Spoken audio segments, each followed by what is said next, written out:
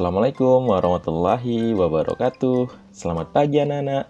Hari ini kita akan belajar tema 1, subtema 1, yaitu indahnya kebersamaan, muatan PPKN dan IPA. Sebelum kita belajar, marilah kita baca basmalah dan doa sebelum belajar.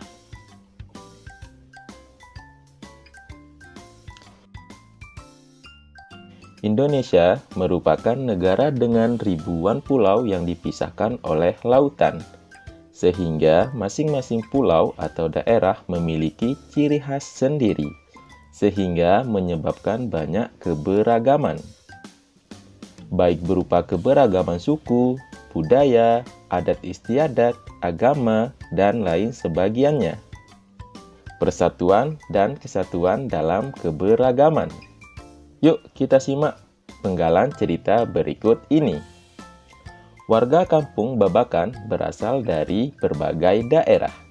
Di antaranya, Pak Sami berasal dari Maluku, Pak Encep berasal dari Sunda, Pak Made berasal dari Bali, Pak Udin berasal dari Betawi, dan Pak Nur berasal dari Jawa. Karena berasal dari berbagai daerah, mereka mempunyai kebiasaan yang berbeda-beda. Mereka juga mempunyai kesukaan makanan yang berbeda, yang merupakan makanan khas daerahnya masing-masing. Nah, mereka juga memiliki bahasa daerah yang berbeda satu sama lain. Untuk berkomunikasi, mereka menggunakan bahasa Indonesia. Inilah salah satu contoh keberagaman di Indonesia. Meskipun berasal dari suku yang berbeda, namun tetap bisa hidup rukun dan damai. Anak-anak, perlu kita ketahui bersama bahwa perbedaan bukanlah penghalang untuk melakukan kegiatan bersama. Nah, apa saja contoh kegiatan yang dapat mempererat persatuan dan kesatuan? Yang pertama, kerjasama atau gotong royong. Seperti gotong royong membersihkan kelas atau gotong royong membersihkan lingkungan. Yang kedua, pertukaran kesenian daerah. Misalnya, pertunjukan tari saman. Tarian ini berasal dari Provinsi Aceh, namun tarian saman bisa dipentaskan di daerah lain. Yang ketiga, mengadakan festival makanan tradisional. Kegiatan ini bisa berupa festival kuliner tradisional. Nah, biasanya para peserta akan menghidangkan makanan khas daerahnya masing-masing.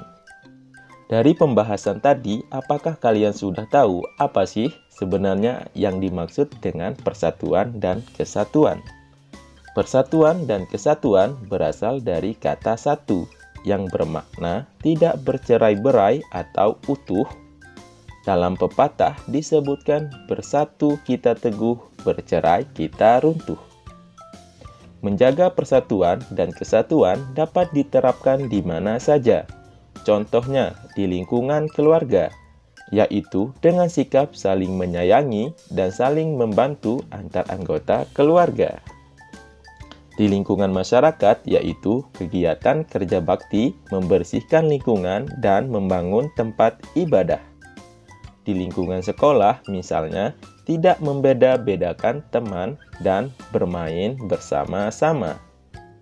Nah, apa manfaatnya bila kita menjaga persatuan dan kesatuan?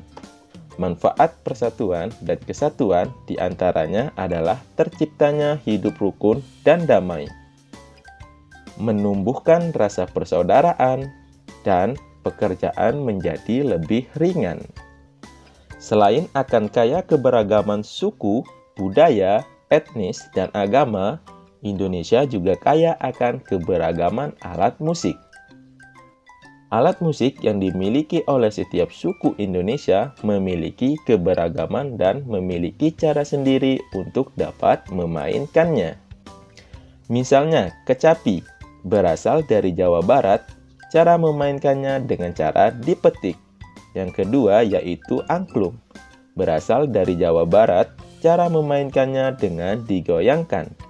Yang ketiga yaitu saluang, berasal dari Sumatera Barat, cara memainkannya dengan cara ditiup.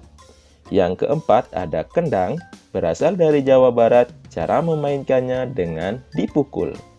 Yang kelima yaitu tifa, berasal dari Papua, cara memainkannya dengan dipukul. Nah, setelah alat musik ini dimainkan, tentu akan menghasilkan bunyi. Segala macam bentuk bunyi berasal dari benda yang bergetar. Getaran dari suatu benda mengakibatkan udara di sekitar benda bergetar dan menimbulkan gelombang bunyi di udara. Benda yang menghasilkan bunyi disebut sebagai sumber bunyi. Nah, anak-anak, ternyata bunyi itu memiliki beberapa sifat. Sifat bunyi yang pertama yaitu bisa merambat. Untuk merambat, bunyi membutuhkan media atau medium. Sedangkan sifat bunyi yang kedua yaitu bunyi bisa memantul. Bunyi bisa memantul jika mengenai benda-benda keras di sekelilingnya seperti dinding, goa, batu, dan sebagiannya. Untuk sifat bunyi yang pertama yaitu bisa merambat, bunyi dapat merambat melalui beberapa media atau medium yaitu melalui benda padat, benda cair, dan benda gas atau udara. Namun, bunyi tidak dapat merambat melalui ruang hampa karena untuk bisa merambat, bunyi membutuhkan media atau medium untuk merambat. Berikut contoh bunyi yang dapat merambat melalui benda padat.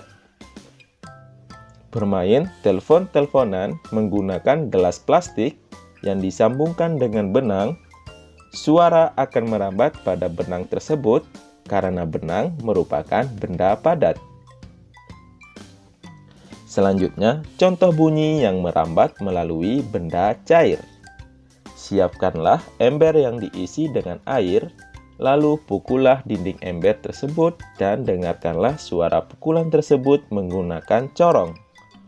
Corong tersebut diletakkan ke dalam air, lalu dekatkanlah bagian atas dengan telinga kita.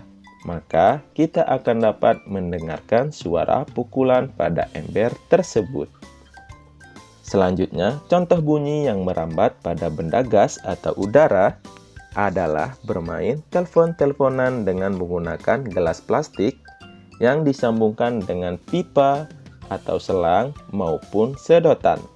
Lalu, saat salah satu teman berbicara, maka bunyi atau suara akan merambat melalui lubang udara menuju ke telinga teman yang satunya. Untuk sifat bunyi yang kedua yaitu bunyi dapat memantul. Bunyi memantul jika mengenai benda keras di sekelilingnya. Bunyi pantul ternyata memiliki beberapa jenis. Jenis yang pertama yaitu gema. Gema adalah bunyi pantul yang terdengar setelah bunyi asli. Sedangkan yang kedua yaitu gaung. Gaung adalah bunyi pantul yang terdengar bersamaan dengan bunyi asli. Bunyi yang menggema dan menggaung akan sulit kita dengar dengan baik. Oleh karena itu, untuk mengurangi gema dan gaung, di bioskop atau studio rekaman sering diberi benda penyerap bunyi, yaitu benda-benda yang lunak seperti karpet, busa, dan gabus. Cukup sekian pembelajaran kita pada hari ini. Marilah kita tutup dengan membaca hamdalah dan doa kafaratul majelis. Semoga pembelajaran hari ini memberikan manfaat untuk kita semua. Sampai jumpa di video pembelajaran selanjutnya. Tetap semangat belajar di rumah dan selalu menjaga kesehatan. Kurang lebihnya mohon maaf. Wassalamualaikum warahmatullahi wabarakatuh.